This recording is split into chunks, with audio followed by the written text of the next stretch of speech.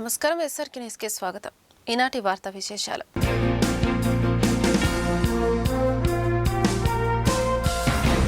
కూటమి ప్రభుత్వం సూపర్ 6 హామీలలో భాగంగా తల్లికి వందనం పథకాన్ని అమలు చేసిందని గుంటూరు పశ్చిమ నియోజకవర్గ ఎమ్మెల్యే గల్లా మాధవి అన్నారు.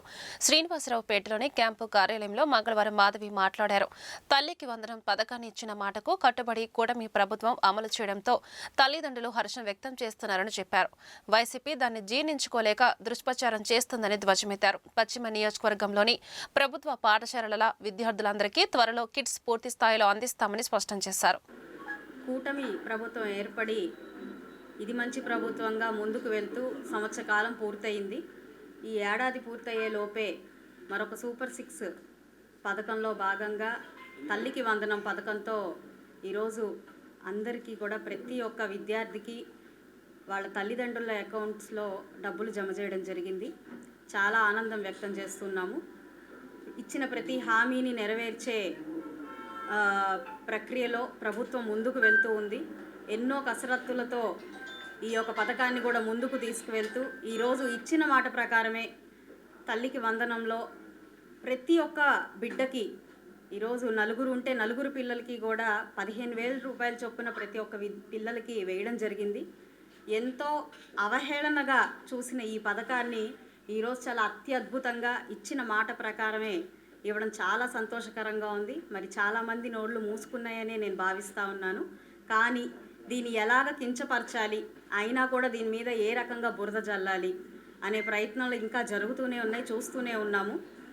పథకాల్లో కోతలు లేదంటే పథకాల్లో నిబద్ధత ఏ రకంగా జరిగిందో గత 5 సంవత్సరాల్లో గత పాలకుల వైఖరిని మనం అందరం చూసాము. అయితే అదే ధోరణితో అంతకంటే ఎక్కువ ఆలోచించలేని పరిపక్వతతో ఈరోజు ఆ ప్రభుత్వాల యొక్క నాయకులందరూ కూడా విషం జల్లే ప్రయత్నం చేస్తూ ఉన్నారు.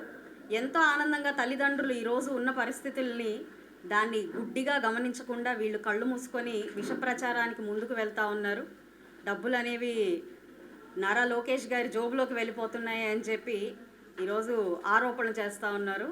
చాలా చాలా బాధాకరం ఈ విషయము. మరి ఇచ్చిన హామీ ప్రకారం 6 పిల్లలు ఉన్నా కూడా ప్రతి ఒక్కరికి 15,000 రూపాయల చొప్పున ఈరోజు అందరికీ వేయడం, నిష్పక్షపాతంగా తల్లి ప్రేమని అదే విధంగా కనపరిచే ప్రయత్నం ప్రభుత్వం చేస్తుంది అని అంటే ఎంత నిబద్ధత గల ప్రభుత్వం మన రాష్ట్రంలో ఉంది అని మనం ఒకసారి ఆలోచించుకోవాలి. చంద్రబాబు నాయుడు గారి ఆలోచనలు ఎప్పుడు కూడా అభివృద్ధి మీద, సంక్షేమం మీద, అదేవిధంగా ఒక నిజమైన పరిపాలన మీద మాత్రమే ఉంటుంది. చంద్రబాబు నాయుడు గారు అంటేనే ఒక భరోసా. కాబట్టి ప్రజలు ఏ తీర్పు అయితే ఇచ్చారో, ఏదైతే ఆమోదం పలికి ఈరోజు రాష్ట్రంలోకి తెచ్చుకున్నామో దానికి అనుగుణంగానే ప్రతి హామీతో ముందుకు వెళ్తూ ప్రజల యొక్క ఆదరాభిమానాలు విశేషంగా పొందుతూ ముందుకు వెళ్తూ ఉన్నాము. రానున్న కాలంలో కూడా ఎన్డీఏ కూటమి ప్రభుత్వానికే మద్దతు తెలిపేలాగా ఈరోజు పరిపాలన వైఖరిని మేము కనబరుస్తూ ఉన్నాము. చాలా సంతోషంగా ఉంది. వైసీపీ అధినేత జగన్మోహన్ రెడ్డి రేపటి రెంటపాలెం పర్యటనపై సత్తెనపల్లి నియోజకవర్గ ఎమ్మెల్యే కన్నా లక్ష్మీనారాయణ విమర్శలు చేశారు. గుంటూరు నగరంపాలెంలోని ఆయన గృహంలో మంగళవారం కన్నా మీడియాతో మాట్లాడారు. జగన్ కారణంగానే రెంటపాలెంలో ఎలక్షన్స్ సమయంలో బెట్టింగ్ వేసి మల్లేశ్వరరావు చనిపోయాడని గుర్తు చేశారు. కార్యకర్త చావుకు కారణమైన జగన్ మల్లేశ్వరరావు విగ్రహావిష్కరణకు రావడం సిగ్గుచేటన్నారు. డైవర్షన్ పాలిటిక్స్ కోసమే జగన్ ప్రజల్లోకి వస్తున్నారని దుయ్యబట్టారు. తెనాలి రౌడీ షీటర్లను కూడా జగన్ పరామర్శించారని, రౌడీ షీటర్లను గతంలో పెంచి పోషించింది జగనే అని ధ్వజమెత్తారు. రెంటపాలెం వచ్చే అర్హత జగన్మోహన్ రెడ్డికి లేదని చెప్పారు. రేపు మాజీ ముఖ్యమంత్రి వైఎస్ జగన్మోహన్ రెడ్డి రెంటపాళ్ళ గ్రామంలో ఆత్మహత్య చేసుకున్నటువంటి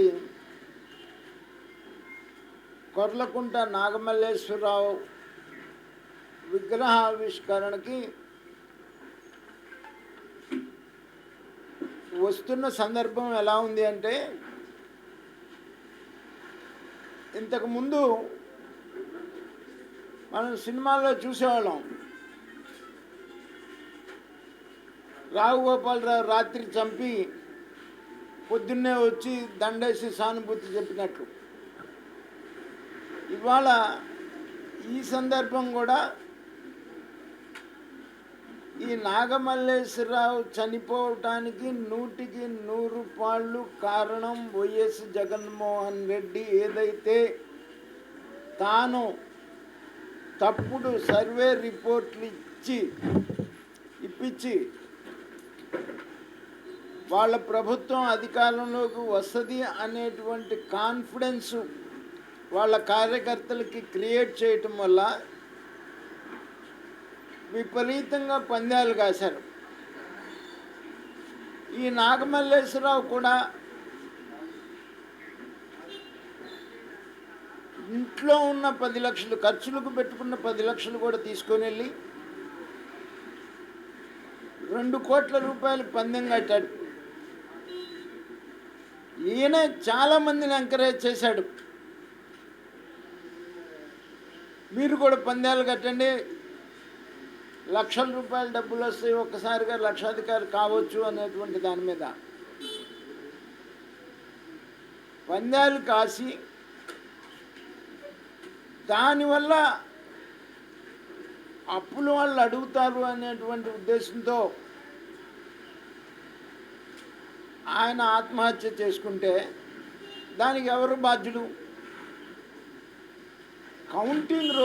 కౌంటింగ్ ముందు రోజు ఆయనే వాళ్ళు వేయించుకున్న సిఐఏ ఉన్నాడు. ఆ రోజు కూడా ఎలక్షన్ రోజు కూడా ఆయన చేసినటువంటి అరాచకానికి సిఐఏ దగ్గరుండి సపోర్ట్ చేశాడు. ఆయనే సిఐకి ఫోన్ చేసి కౌంటింగ్ రోజు ఊళ్ళో గొడవలు జరుగుతాయి, మీరు యాక్షన్ తీసుకోమంటే సిఐ ఇరు పార్టీలని, తెలుగుదేశం వాళ్ళని కొంతమందిని, వైసీపీ నుంచి కొంతమందిని తీసుకొచ్చి కౌంటింగ్ రోజంతా స్టేషన్లో కూర్చోబెడితే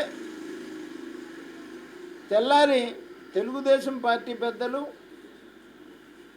వైసీపీ తరపున నాగమల్లేశ్వరరావు తండ్రి ఇద్దరు, అందరు 2 పార్టీల పెద్దలు వెళ్ళి బైండ్ ఓవర్ చేసుకొని 2 పార్టీల పెద్దలు ఇద్దరిని స్టేషన్ నుంచి బయటికి తీసుకొచ్చిన తర్వాత ఈ అప్పుల ఒత్తిడి ఎక్కువ ఉంటుంది, నువ్వు గుంటూరు వెళ్ళిపోమని చెప్పేసి తన సొంత తండ్రే పోలీస్ స్టేషన్ దగ్గర నుంచి కారు ఎక్కించి గుంటూరు పంపించాడు. మొన్న తెనాలి వచ్చాడు. తెనాలి వచ్చి ఎవరిని పరామర్శించడానికి వచ్చాడు? గంజాయి బ్యాచ్ని, రౌడీ షీటర్లని. అంటే తన ప్రభుత్వంలోనే నార్కోటిక్ కేసులు, రౌడీ షీటర్సు అతనే పెట్టాడు. తన ప్రభుత్వంలోనే పెట్టినటువంటి గంజాయి అమ్మే వాళ్ళని, గంజాయి బ్యాచ్ని, రౌడీ షీటర్లని పలకరించడానికి వచ్చాడు. పాలస్తీనా ప్రజలపై ఇజ్రాయెల్ చేపట్టిన మరణ హోమాన్ని ఖండిస్తూ గుంటూరు నగరంలో వామపక్షాలు నిరసన ర్యాలీని నిర్వహించాయి. సిపిఐ గుంటూరు జిల్లా కార్యదర్శి జంగాల అజయ్ కుమార్ మాట్లాడుతూ అమెరికా అండతో ఇజ్రాయెల్ పాలస్తీనాపై దాడి చేయడం దుర్మార్గమని ధ్వజమెత్తారు. ఐక్యరాజ్య సమితి చెప్పినప్పటికీ పాలస్తీనాని ప్రపంచ పటంలో లేకుండా చేయడానికి ప్రయత్నం చేస్తున్నారని ఫైర్ అయ్యారు. సిపిఎం నగర కార్యదర్శి నళినీకాంత్ మాట్లాడుతూ మోడీ ప్రభుత్వం అధికారంలోకి వచ్చిన యుద్ధోన్మాదాన్ని పెంచి పోషిస్తుందని మండిపడ్డారు. పాలస్తీనాకు అండగా నిలవాల్సిన అవసరం అందరిపైన ఉందని గుర్తు చేశారు. అమెరికా అండతోటి ఇజ్రాయెల్ పాలస్తీనాపై చేస్తున్నటువంటి అమానవీయమైనటువంటి దాడి దుర్మార్గమైనటువంటిది. ఇవాళ ఐక్యరాజ్య సమితి చెప్పినప్పటికీ పెడచెవిన పెట్టి పాలస్తీనాని ప్రపంచ పటంలో లేకుండా చేయాలనేటటువంటి తలంపుతోటి ఇప్పటికే పాలస్తీనాలో ఉన్నటువంటి అత్యధిక భూభాగాన్ని ఆక్రమించుకోవడం అనేది జరిగింది. ఇప్పటికే ఇజ్రాయెల్ దాడుల్లో పాలస్తీనా పౌరులు 55 లక్షల మంది చనిపోవడం జరిగింది. వీరిలో మహిళలు, పిల్లలు అత్యధికులుగా ఉండటం గమనార్హం. ప్రార్థనా మందిరాలు, స్కూల్స్, కాలేజీలు వీటిని లక్ష్యంగా చేసుకొని దాడులు చేస్తూ ఉన్నారు. ఈ మధ్యనే ట్రంప్ ప్రకటించాడు ఇజ్రాయెల్ని కూడా పటంలో లేకుండా చేస్తామని. ఇది మతమెక్కినటువంటి ఫ్యాసిజానికి అద్దం పడతా ఉన్నది, ప్రపంచ సామ్రాజ్యవాదానికి అద్దం పడతా ఉన్నది. ఇవాళ ట్రంప్ చర్యల వల్ల, నరేంద్ర మోడీ లాంటి వారి మెతక వైఖరి వల్ల మూడో ప్రపంచం యుద్ధం వచ్చేటటువంటి ప్రమాదం ఉన్నటువంటి నేపథ్యంలో యుద్ధం వద్దు, శాంతి ముద్దు అని నినదిస్తూ పాలస్తీనా ప్రజలకు సంఘీభావంగా దేశవ్యాప్తంగా 9 వామపక్ష పార్టీలు ఈ రోజున దేశవ్యాప్తంగా పాలస్తీనాకి సంఘీభావంగా ఇజ్రాయెల్ యొక్క దాష్టీకానికి వ్యతిరేకంగా ఈ నిరసనలు చేస్తూ ఉన్నాం. ప్రజలందరూ కూడా ఆలోచించి దీంట్లో భాగస్వాములు కావాలని విజ్ఞప్తి చేస్తూ ఉన్నాం. గత 50 సంవత్సరాలుగా భారత ప్రభుత్వం అలీన విధానానికి కట్టుబడి ఉండి బాధిత పాలస్తీనా ప్రజలకు అండగా నిలబడేది. కానీ మోడీ ప్రభుత్వం అధికారంలోకి వచ్చిన తర్వాత దానికి పూర్తి భిన్నంగా యుద్ధోన్మాదిగా ఉన్నటువంటి ఇజ్రాయెల్కి అండగా నిలబడతా ఉంది. ఇది లౌకిక స్ఫూర్తికి, అలీన విధానానికి పూర్తిగా విరుద్ధమైంది. ఇది యుద్ధోన్మాదాన్ని ప్రోత్సహించేదిగా ఉంది. అందుకని దీన్ని తీవ్రంగా వ్యతిరేకిస్తూ ఉన్నాం. ఈరోజు ఐక్యరాజ్య సమితిలో ఇండియా పాకిస్తాన్ మధ్య కాశ్మీర్ సమస్య వస్తే ఐక్యరాజ్య సమితి భారత్కు అండగా నిలబడింది. అలానే పాలస్తీనాకు ఇజ్రాయెల్కి మధ్య సమస్య వస్తే ఐక్యరాజ్య సమితి పాలస్తీనాకు అండగా నిలబడింది. అలాంటి పాలస్తీనాకు భారత ప్రజలందరూ అండగా నిలబడాల్సిన బాధ్యత ఉంది. అందుకనే ఈ యుద్ధోన్మాదానికి వ్యతిరేకంగా ఇజ్రాయెల్కి, దాన్ని ప్రోత్సహిస్తున్నటువంటి అమెరికాకి వ్యతిరేకంగా భారత ప్రజలందరూ పాలస్తీనా ప్రజలకు అండగా నిలబడాలని చెప్పి కోరుతా ఉన్నాం. ప్రపంచ వృద్ధుల వేధింపుల అవగాహన నివారణం దినం మంగళవారం గుంటూరు కలెక్టరేట్ కార్యాలయం వద్ద జరిగింది. Andhra Pradesh senior citizens welfare association ఈ సందర్భంగా అవగాహన ప్రదర్శన నిర్వహించింది. తమపై జరుగుతున్న వేధింపులను సమిష్టి కృషితో పరిష్కరించుకుంటూ ముందుకు సాగుతామని ఈ సందర్భంగా సీనియర్ సిటిజన్స్ స్పష్టం చేశారు.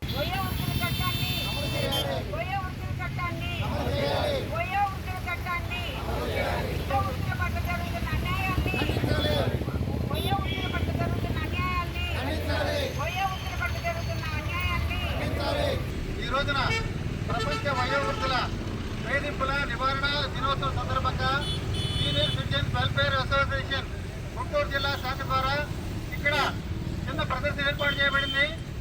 సమాజంలో వయోవృద్ధుల పట్ల అనేక రకాల అన్యాయాలు జరుగుతున్నాయి. అనేక రకాల వయోవృద్ధులు వేధిస్తున్నారు. ఈ వార్తలు ఇంతటితో సమాప్తం. నమస్కారం.